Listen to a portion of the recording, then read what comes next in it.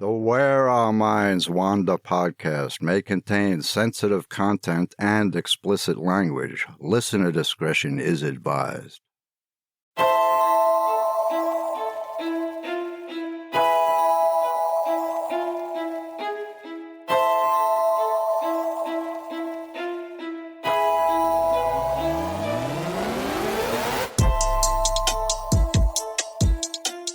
Hello and welcome to Our Minds Wander, all you fellow wanderers. I'm Wes, and that's my wife and co-host, Beth. Hello, everyone. Well, it's finally here, Beth, the start of our summer vacation. And it begins this weekend. Woohoo! Camping, swimming, relaxing on the shores of Lake Champlain. And speaking of Lake Champlain, Beth's story takes place tonight, where we live and I grew up. So I've heard all kinds of stories about sightings of this lake monster all my life. Yeah, I thought I would start off this week with something kind of fun. So I first heard this story when I was about 8 or 9 years old from my dad, when my family was up staying at our camp on Lake Champlain during the summer. So I'm going to talk about Champy, the lake monster. Woohoo, Champy!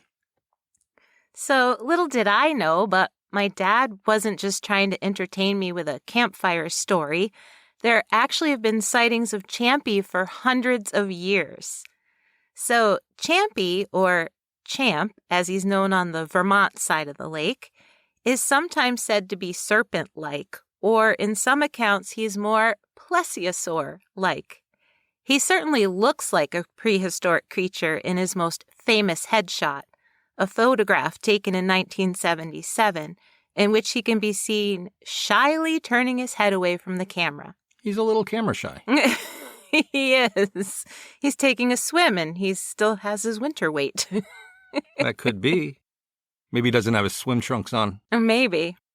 So first, I should probably start with a little geological history about Lake Champlain. The lake itself was formed when Ice Age glaciers melted into what was called the Champlain Sea. Over time, the water receded to just 435 square miles, with a length of 128 miles and a width of 12 miles at its widest point. French explorer Samuel de Champlain actually named the lake after himself in 1609. It's funny because we can see a statue looking out over the lake from our window. And there's also a pretty good view of Vermont. Yeah, we're pretty lucky where we live. The lake's 587 miles of shoreline borders Vermont, New York, and the Canadian province of Quebec. Today, the average water depth is just 64 feet, but between Charlotte, Vermont, and Essex, New York, it's actually 400 feet. To the south, the Champlain Canal, which was built in 1823, connects Lake Champlain to the Hudson River. To the north, the lake connects to the St. Lawrence. There are 318 species of birds and 90 species of fish, and apparently 1 species of lake monster. For centuries, the Abenaki and Iroquois people who lived on the shores of Lake Champlain told stories about a great horned serpent or giant snake. According to Don Stevens, who was the chief of the Nulhegan band of the Coosac Abenaki Nation, the Abenaki people believed that Champy was created by a giant named Ozihozo. This giant made it a magical being that would patrol the lake's water, report back to him, and protect the lake. Don Stevens shared this in a 2019 video produced by the University of Vermont. In the 1700s, the Abenaki people often warned French explorers not to disturb the water, or they would disturb Gittysgog, the giant snake. Maybe even Samuel de Champlain was warned. There's been some debate over whether de Champlain saw a monster himself while on the lake that he named after himself. An article supposedly published in the Vermont Life magazine back in the 1970s allegedly stated that Champlain's captain's log mentions his encounter with a strange creature. The log entry states, quote, There is also a great abundance of many species of fish. Amongst others, there is one called by the natives chowasarau, which is of various lengths, but the largest of them, as these tribes have told me, are from 8 to 10 feet long. I have seen some 5 feet long, which were as big as my thigh, and had a head as large as my 2 fists, with a snout 2.5 feet long and a double row of very sharp, dangerous teeth. Its body has a good deal the shape of the pike, but it is protected by scales of a silvery gray color and so strong that a dagger could not pierce them." End quote. Now, the debate is whether Samuel D. Champlain was even on Lake Champlain when he wrote the entry, or if he was on the St. Lawrence River. But whether the Vermont Life reporter got it wrong or just made an honest mistake, it doesn't really matter all that much, because pretty much everyone up here will tell you that Samuel D. Champlain saw Champy back in 1609. That's what I've always heard. Me too. But even if he didn't actually see it, even if several historians are right and he only misidentified a garfish, which is a species of sturgeon, hundreds of other people have seen something that just doesn't fit what we know about sturgeon. Sturgeon are pretty ugly fish. They're bottom feeders and can live up to 150 years and reach a length of 8 feet and a weight of 300 pounds. So they're pretty big boys. That they are, and if you've never seen one before, they look prehistoric. They do. They're nasty-looking fish.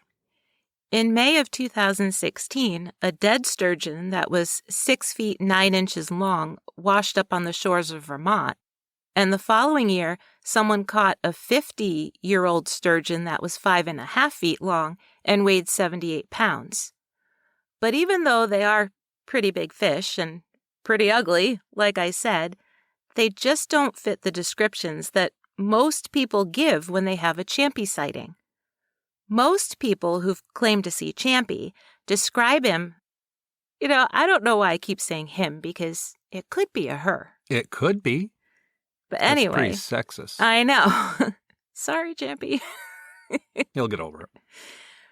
Most people who say they've seen him say that it's 25 to 30 feet long, with 2 or 3 brown or black or green humps showing above the waterline.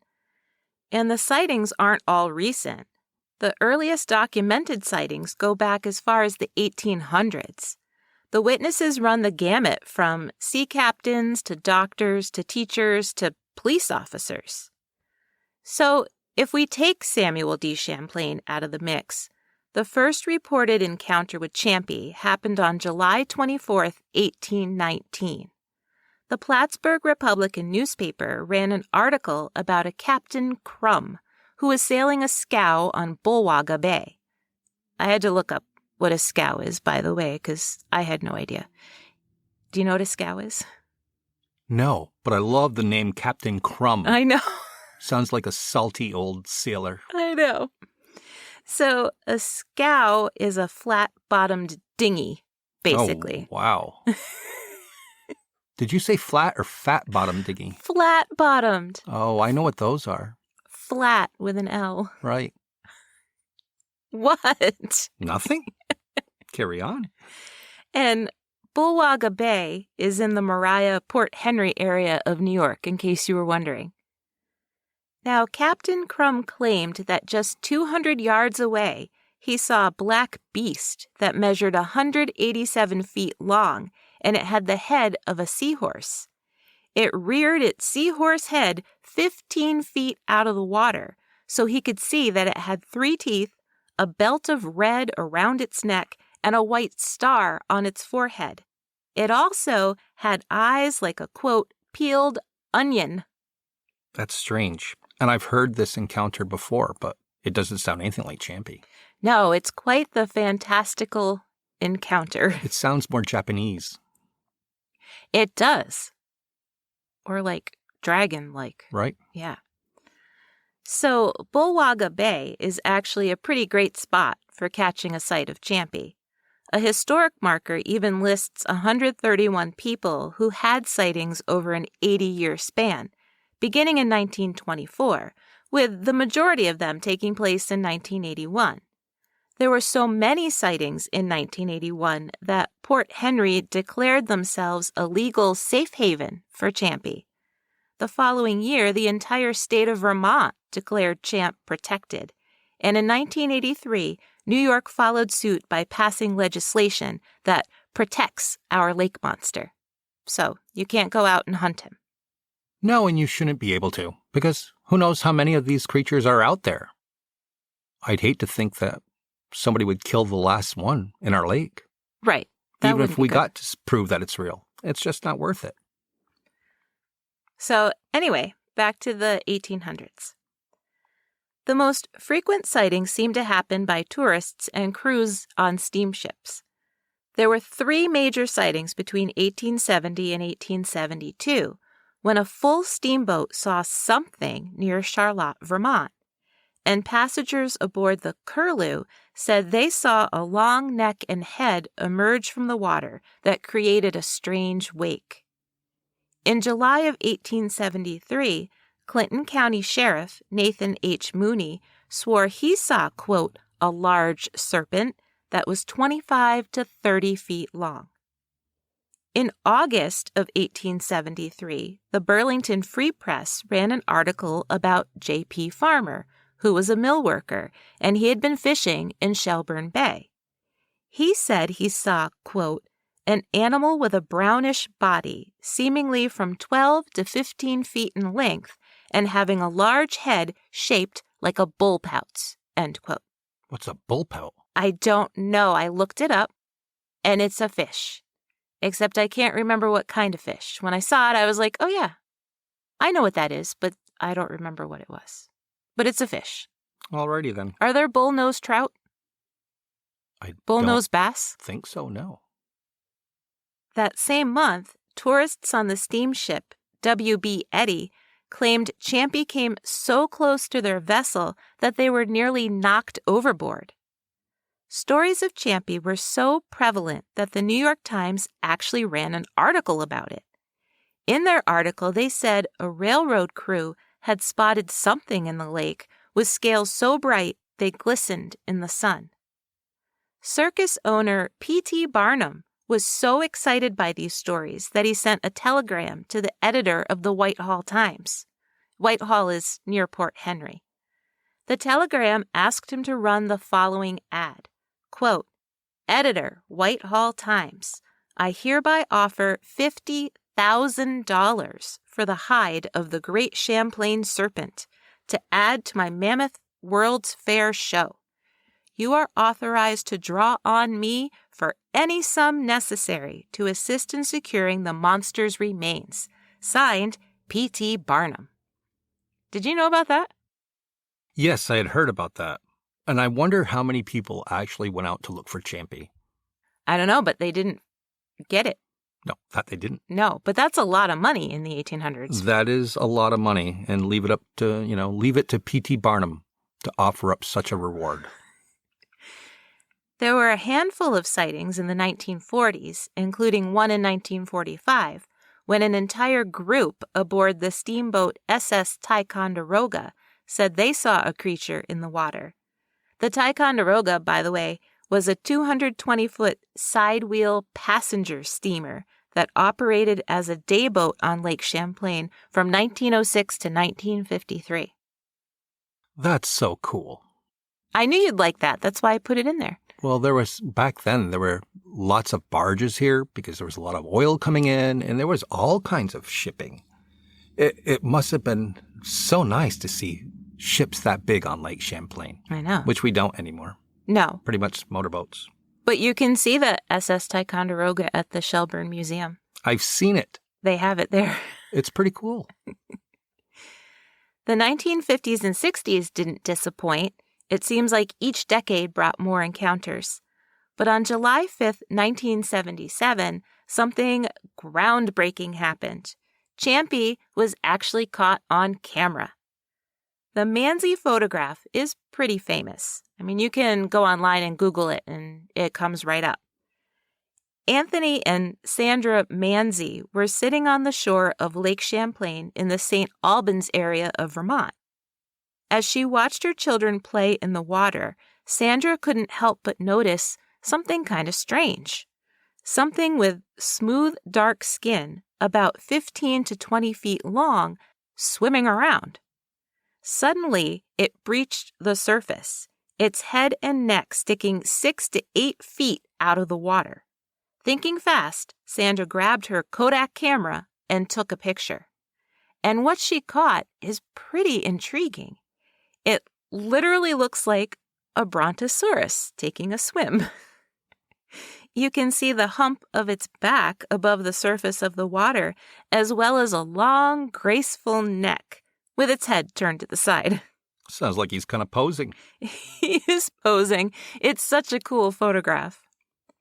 In 1981, the New York Times ran an article about the Bristol, Connecticut couple and their Champy sighting, including Sandra's photograph.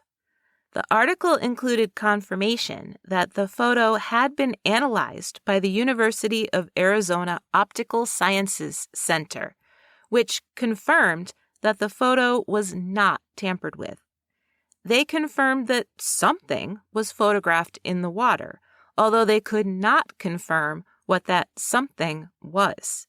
It could be a log, a man-made construction, or an actual creature. I've seen it, and I'm not sure what to make of it. It's Champy, swimming. What do you mean? Why are you grinning at me like that? I know you want to believe, dear. It's Champy.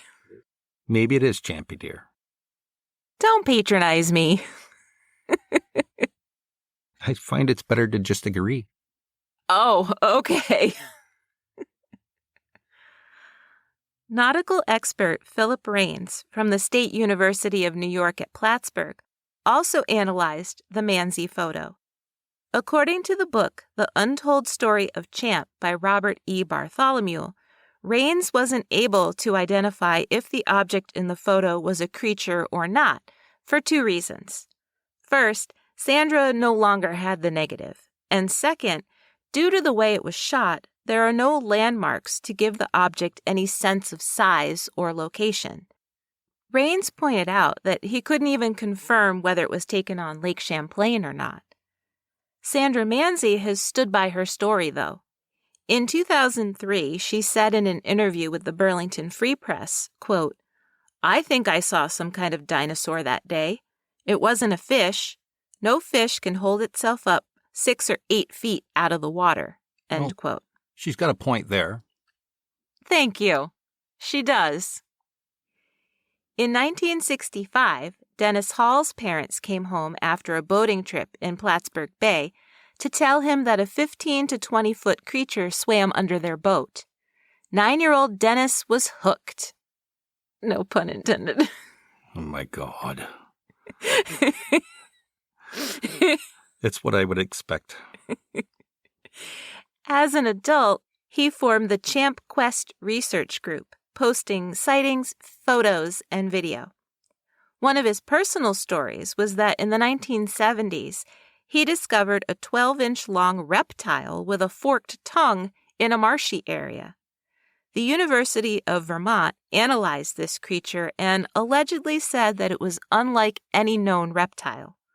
Hall became convinced that Champy was a tiny Tanastropheus. That's a mouthful. Plesiosaur is so much easier. That it is. Tanastropheus, a prehistoric reptile that has been extinct for millions of years. Kind of sounded more like a snake. With a forked tongue. Mm-hmm. After years of collecting data, attending cryptozoology conferences and festivals, and publishing a paper on his theory, Hall completely disappeared from the cryptozoology circles with no explanation in 2007. His forked-tongue reptile specimen also disappeared. So I'll give you one there. Champy kind of took a hit with that. Well, it doesn't even sound like Champy. Well, Maybe he was trying to prove that there was a different sort of prehistoric creature. That was still alive. And if there could be one, there could be more. That could very well be. In the 1980s, Dee Carroll and her husband were driving along the lake shore in early December. As she looked out the car window, she spotted something sticking 6 to 8 feet out of the water. She turned her husband to ask him what the large post was sticking out of the water like that. And when she looked back, the post was gone, but several concentric circles expanded in the water. She said, quote, "Now, posts don't just disappear. They float or stick up or do something. They don't just go down," end quote. Nope, they just don't go down. Not usually. Approximately 600 people had spotted Champy by 1992 in 180 separate sightings. Now, this next part I actually remember because it was during my lifetime, and it was pretty big news. So I was just about to enter my freshman year of college, and we were up here to visit my grandmother, and it was the summer of 1993 when a Japanese research team arrived with a fleet of 15 boats and several helicopters. Do you remember this? Oh, yes, I remember very well. They spent days doing a systematic search of the lake, and it was major news when they experienced a sonar hit passing beneath one of their boats that measured 20 feet long. Skeptics, of course, scoffed that it was merely a large school of fish, which you would think if they were Japanese research experts, they'd know the difference, and they wouldn't announce it if it was just a school of fish. Well, maybe they got a little excited. I don't think so. It's Champy. Okay. Researchers for the Discovery Channel caught what they thought was the sound of Champy in 2003. Their recordings picked up high-pitched ticking and chirping similar to what a dolphin or a whale sounds like. And I have to point out that they did find the prehistoric whale skeleton near Charlotte, Vermont. Yes, they did. So it's pretty impressive. Yeah, so it's from the Champlain Sea days, so it's possible that something got trapped in the lake. There'd have to be 2 of them that got trapped in the lake together. Right, they wanted to carry on. In February of 2006, ABC News ran a segment about Champy, which included video taken by Charlotte residents Dick Affolter and Peter Baudet. The 2 men were out fishing when they noticed strange ripples in the water. The 2 men said it was the strangest wake they'd ever seen, and one of them can be heard on the video saying, quote, "That's a huge serpent. What the heck is that?" They said that trying to get a good picture was a challenge, but they did manage to capture footage of something swimming beside their boat, and it's pretty weird looking. It's pretty wide at one end, which when I was looking at it, I assumed was the butt end. And then it had a really, really long, thin appendage at the other end, which looks like a long neck. Or if it's turned the other way, then it had a really wide front end and a really long tail fin. It's pretty intriguing. And I'll put the video link in our show notes. So, Champy has some clout. He's been on the Discovery Channel. He might have been on Unsolved Mysteries. I'm not sure. People from all around the world have come to look for him. There's something in the lake that doesn't fit what we'd expect. Will you give me that point? Oh, yes. There's more than likely something in this lake.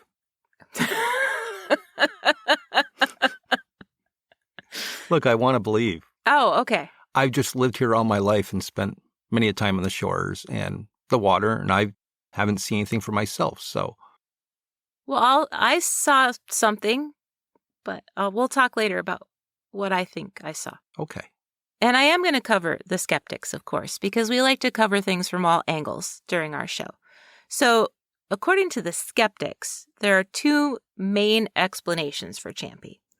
1, Champy's nothing more than a large sturgeon. It'd have to be a very large sturgeon to be 15 to 20 feet long. 2, there is something in the lake called a seiche. So a seiche is basically an underwater wave, and when it happens, it breaks the surface in strange patterns that can change direction. So some scientists argue that when people are having these Champy sightings, they're really seeing a combination of the two things, sturgeon and the waves from this seiche, which might explain some of the sightings, but not all of them, because whatever the two fishermen caught on that video swimming by was not a sturgeon. Right, and sturgeon don't have long necks that stick 6 to 8 feet out of the water. No. So that's not a very good explanation. No. So last summer, film crews were in Port Henry, New York, and the Bulwaga Bay area shooting a new movie. It's based on the children's book Lucy and the Lake Monster, and it's about an orphan girl and her grandfather searching for Champy, and it's currently in post-production. Oh, I can't wait to see that. I Sounds know. Very cute. I was excited. And then I also was like, oh, I don't remember there being film crews around, but, you know. Well, we don't hear everything. No. You know, it's funny. My mother used to tell me that she had seen Champy at one time, but she never really went further into it. So I have no clue. Well, what I saw, I said I was going to talk about it, and then I forgot. That's how quickly my mind goes. I was in a canoe, and whatever I saw in the lake was, in my mind, the length of the canoe. And I thought it was a moose because it looked like it had the head of a moose, and there were knobs on its head that I thought were like the beginnings of antlers, like just the little knobby things. And it swam towards the boat, and then it turned around and swam away from the boat. But moose don't keep their heads underwater for longer than 50 seconds, 30 seconds. I looked it up. And this thing never put its head out of the water. So I don't know what it was. Yeah, I've seen photos of moose swimming out in the lake. It's pretty impressive. But yeah, I don't think they hold their breath for very long. No, and it moved fast, whatever it was. I mean, maybe it was a sturgeon, but I don't know. Sturgeon don't have the heads of a moose, and that's what it looked like to me. No, dear, I think it was Champy. It's probably a good thing you got out of there. I love how you flip sides. Well, I love a good Champy story. I mean, I've lived here all my life, and I've heard just about everything about Champy. I mean, he's plastered all over the place, really, for the tourists. Yeah. So, well done. Thanks.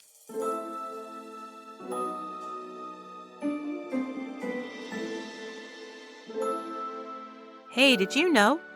No one really knows why we started putting lit candles on birthday cakes and then blowing them out.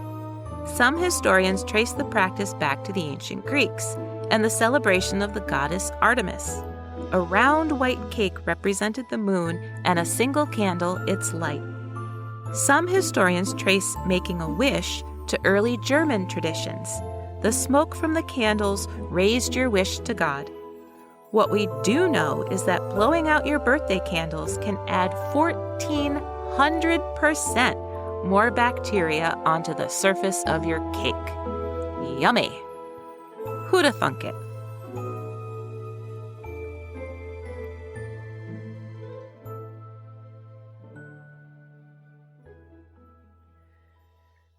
So, what are you talking about this evening?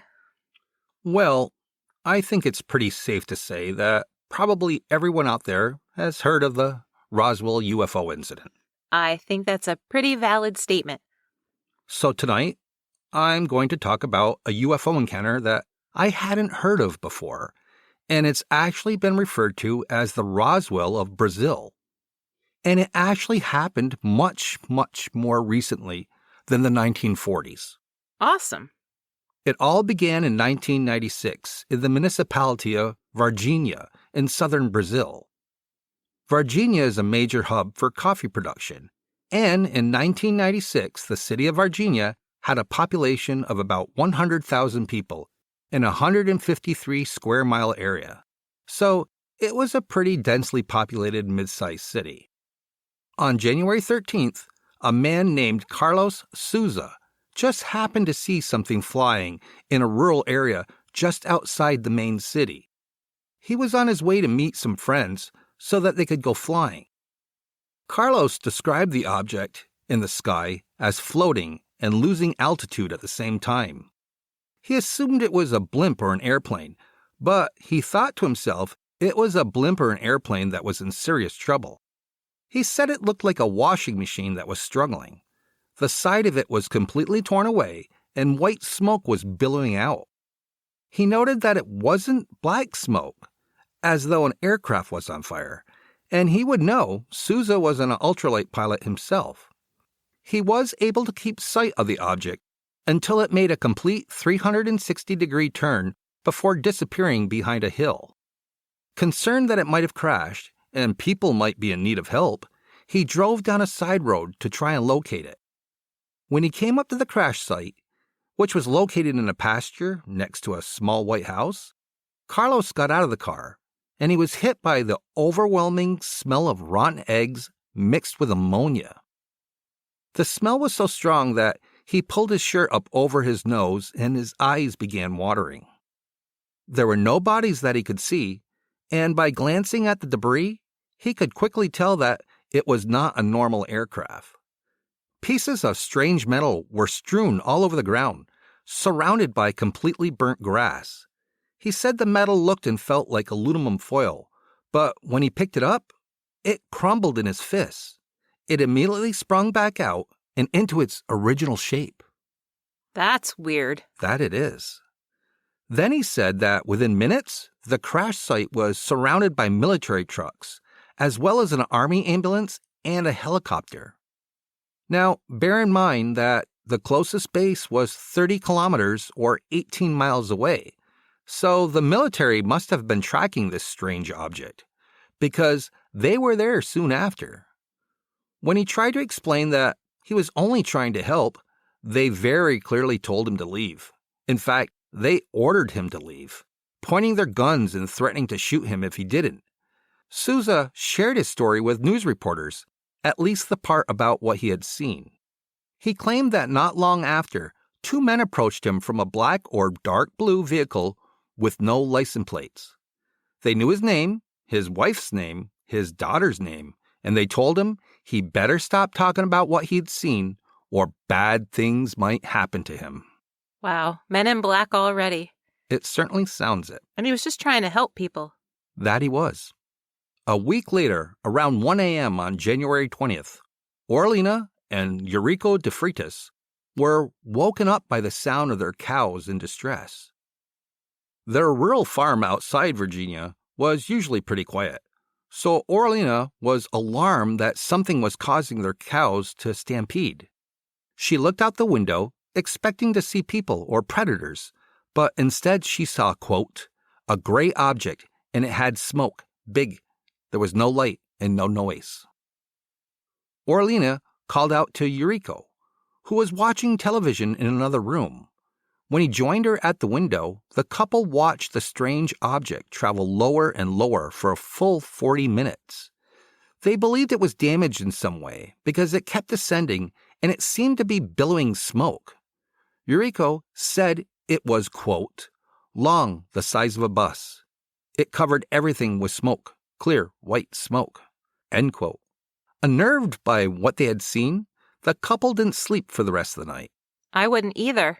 That's a long time to keep your eyes on something, 40 minutes. Yeah, it sounds so strange. And they were a week apart? Yes. Wow.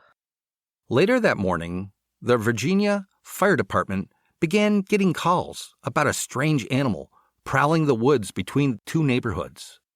Firefighters arrived, and then nearby construction workers watched as the firefighters captured this strange animal in a wooden box. Although I couldn't find a description of the animal, they swore that once they had the animal in the box, it was taken away by a nearby army truck. Are you saying that these are going to be alien creatures? Is that where we're going? I'm not saying anything yet. You'll find out. Get out. There was alien creatures wandering around? Well, it's either that or Champy. Touché. So, in fact, military trucks were suddenly all over Virginia, setting up blockades around a single city block. When concerned residents tried to walk down certain streets, they were refused access. When news crews tried to find out what was going on, they were told to leave or they would be arrested. Later that day around 1 p.m., witnesses in a Virginia neighborhood reported that military officers were walking around with 2 large bags in their hands. They went into the heavy brush, and once they were out of sight, people heard 2 distinct rifle shots. When the officers returned, each of the bags clearly contained something. Whatever was in one of the bags was still clearly moving inside of it.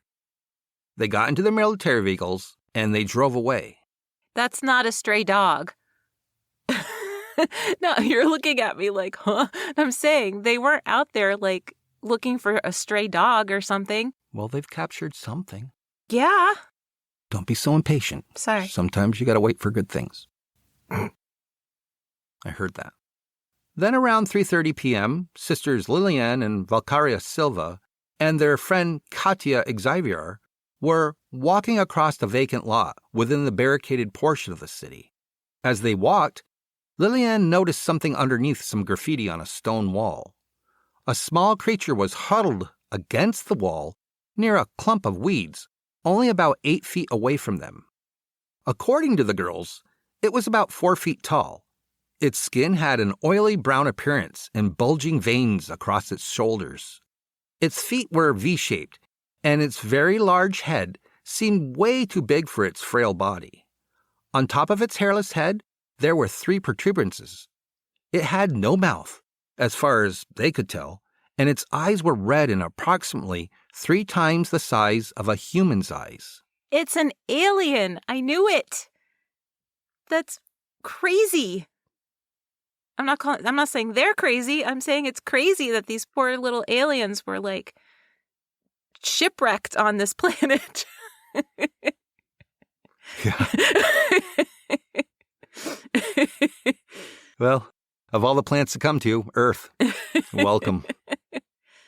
Lillian said that as soon as she made eye contact with the creature, she knew that it was very frightened. She also said that it was as if the creature understood that she was frightened too. It was almost as if they communicated their shared fear telepathically. It was an incredibly hot day, and Lillian had the impression that the creature was suffering from the heat. Katya felt the same way. She said the creature seemed very sad. I feel bad for it. So don't I. I mean, joking aside, it's suffering, and it's not hurting anybody. I know. I feel bad for it. The third girl, Valkyria, said it was a creature, there in the corner, cowering and afraid.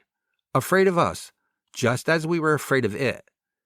It was a being unknown to us. Lillian agreed that the creature was not human. Although all the 3 girls, who were 14, 16, and 21 at the time, all agreed that the creature was not human, and it was not an animal.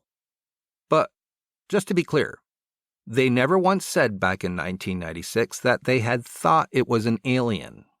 Instead, they ran home terrified and told their mother that they had seen the devil. Within 25 minutes, the 2 sisters and their mother were back in the vacant lot searching for the creature. It had disappeared, but it left behind an awful stench, which their mother described as a mix between ammonia and sulfur. That's what the first guy said he smelled. Yeah, there's a bit of a pattern here. Huh. A dog was sniffing around the spot where the creature had been crouching. A mason who was working close to the lot informed the group that the firefighters had already been called in and, quote, taken the strange animal away. Very frightened, the girls and their mother went home. It wasn't just the military that had invaded their neighborhood. Researchers and ufologists had as well, and all 3 girls and their mother were interviewed. They were asked to draw pictures of what they had seen. Their mother described the strange V-shaped track she had seen in the dirt. When the girls publicly talked about what they had seen, they experienced all kinds of bullying at school, as well as being ridiculed by the local media.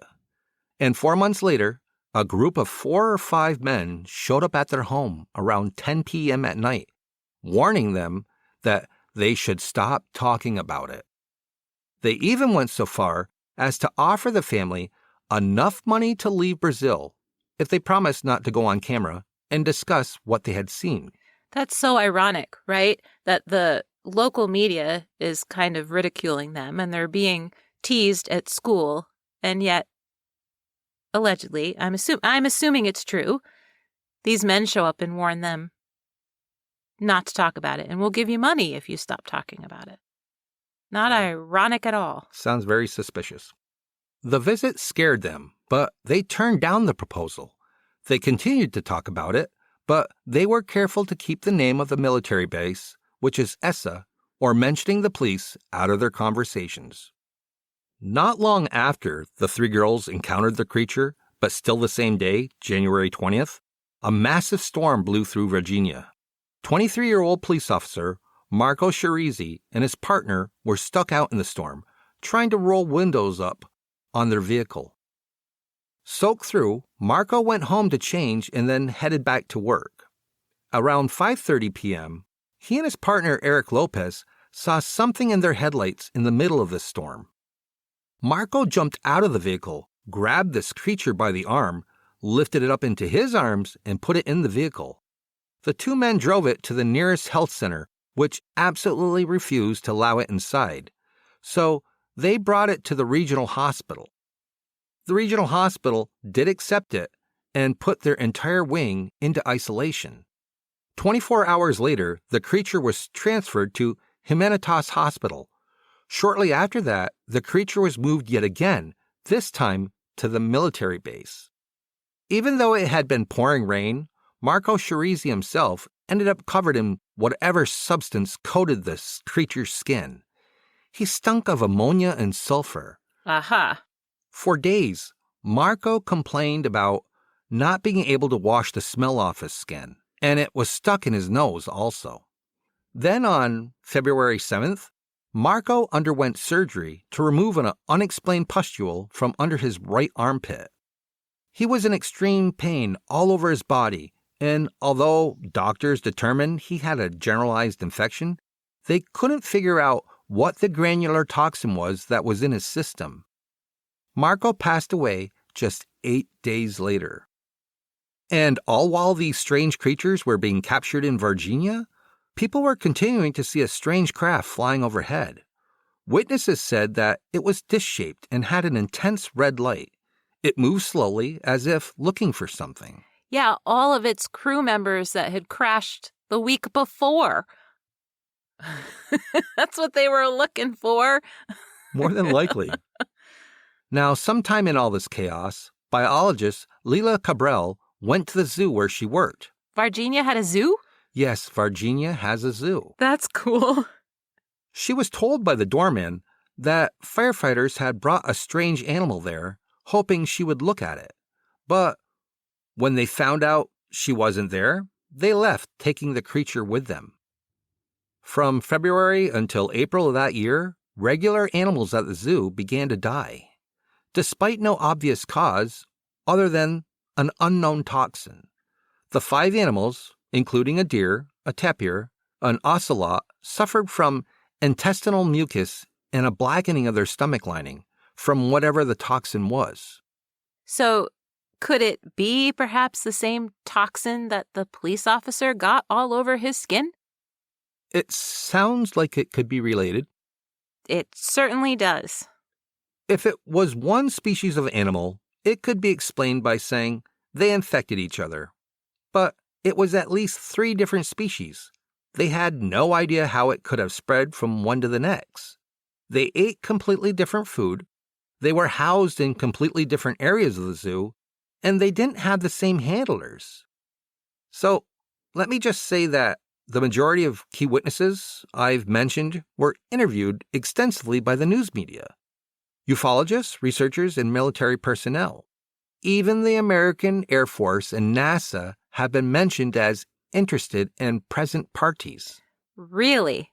Yes. And yet in this country, well, should I be surprised that in this country, I don't think many of us, if any of us, have heard of this? Yeah, we'd be involved. The exact number of creatures that were wandering around Virginia isn't clear, but at least 4 were captured, as far as I can tell. And at least one of those was still alive. A whistleblower came forward as well, known only as Military X, and he was interviewed by James Fox for his documentary, Moment of Contact.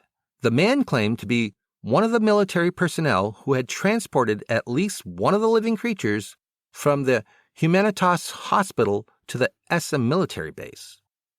He said that while he was in the hospital, he saw the creature inside a wooden box on an exam table. He could only see the lower portion of its body, its legs and feet. He was shocked to see that it looked like it was covered in some sort of shiny, thick oil, and its feet were V-shaped. Didn't the mother say that there was a V-shaped track in the dirt from the alley or the lot or whatever? Yes, she did.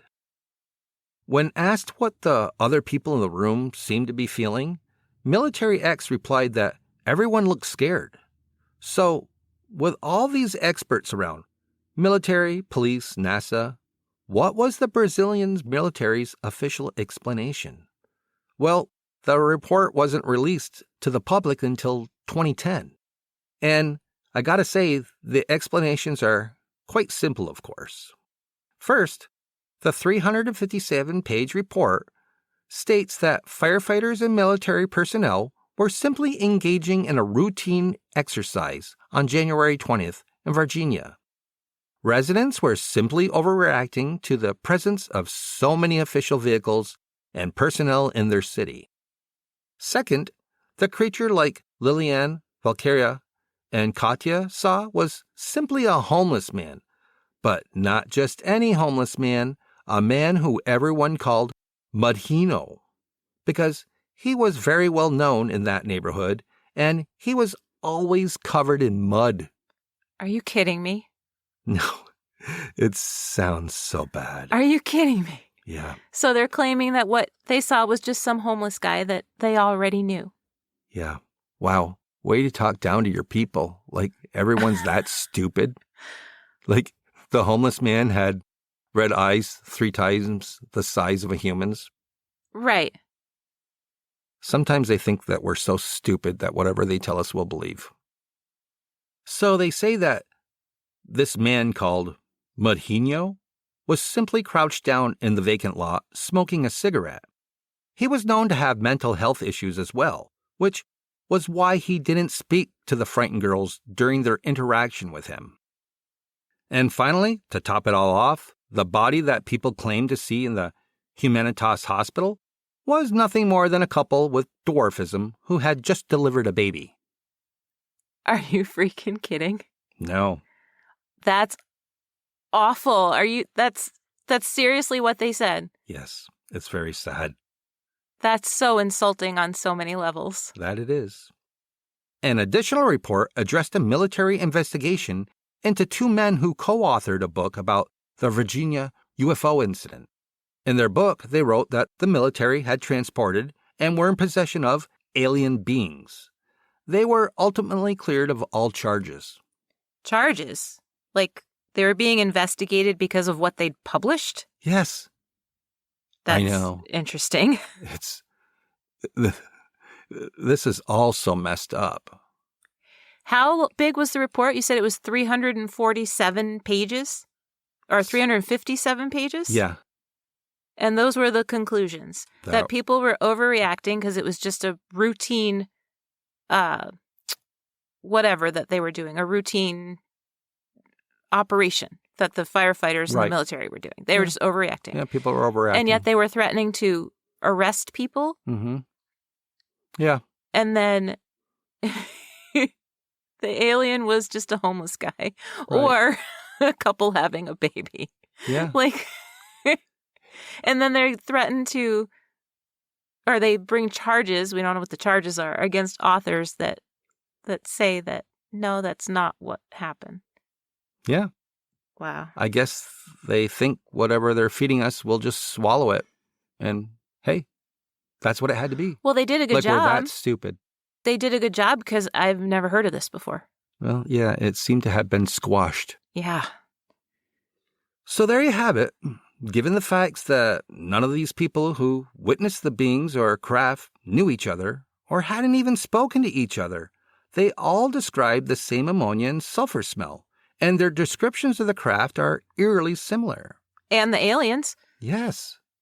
So it's my personal belief that they witnessed and came into contact with something beyond our technology, something that's alien to us. Very well put. But that was brilliant. But that's just my opinion. So you all draw your own conclusion. I already have. Champy's in our lake. Although that's a lot more lighthearted than the thing that you just told us about. I'm much more willing to believe everything about the Varginha incident than I am to, it hurts me to say this, than I am to believe about Champy. Right. Well, I definitely believe they saw something that was not of this world. And for Champy's not really scary at all either. I mean, everything you see about Champy around here, he's got a big-ass smile on his face. I know, he's goofy. He's cute, you know? You kind of just want to go for a ride on him out there. Please don't go out in a flat-bottom dinghy looking to take a ride on Champy. Oh, honey, you're my only flat-bottom dinghy. Hey, now. Every time. Well, that about wraps it up for this episode, so join us again next week for an all-new episode of Where Minds Wander. See you soon.